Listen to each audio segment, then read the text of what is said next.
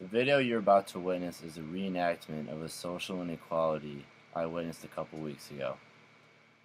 In this situation, there was an instance of social inequality and sexism when my group of buddies would not let a girl play basketball, but the next dude that came up and asked to play, we let him play.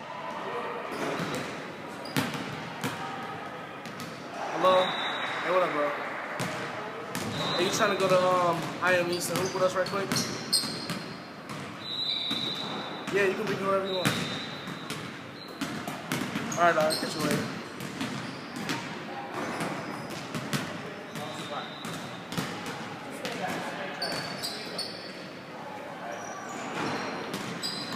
Hey, how's it going, guys? Hey, what's up? We're gonna get to be a free hour. Is that cool? Hey,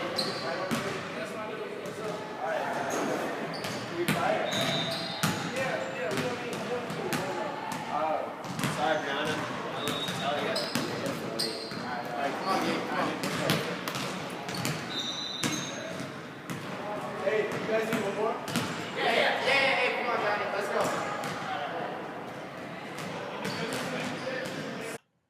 The video you just watched was a clear example of a social inequality and not an act of anger because of the social structure that guided the behavior of everyone in my group.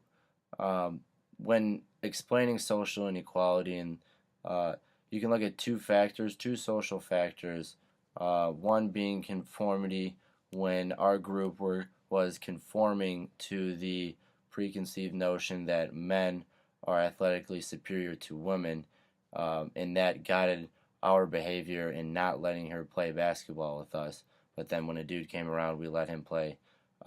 Another example, which guided the behavior of us in partaking in this social inequality, would be the individual discrimination that was in place.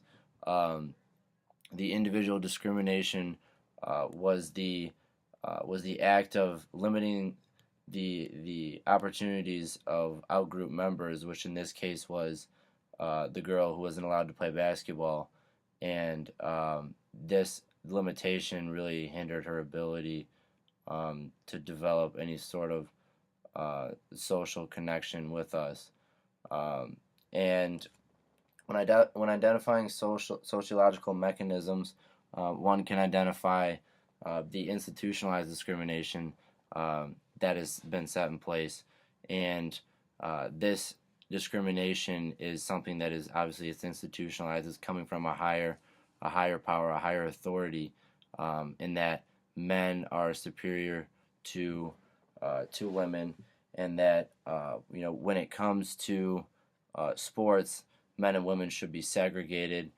They're not really seen on the same level.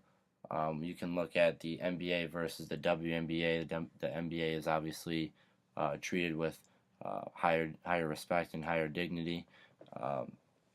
And then when we look at the social action and what I could have done to prevent this situation, for starters, I think taking a different social action obviously would have been preferred, but your response is often triggered by the responses of people around you, and the responses that I received with the people around me showed that I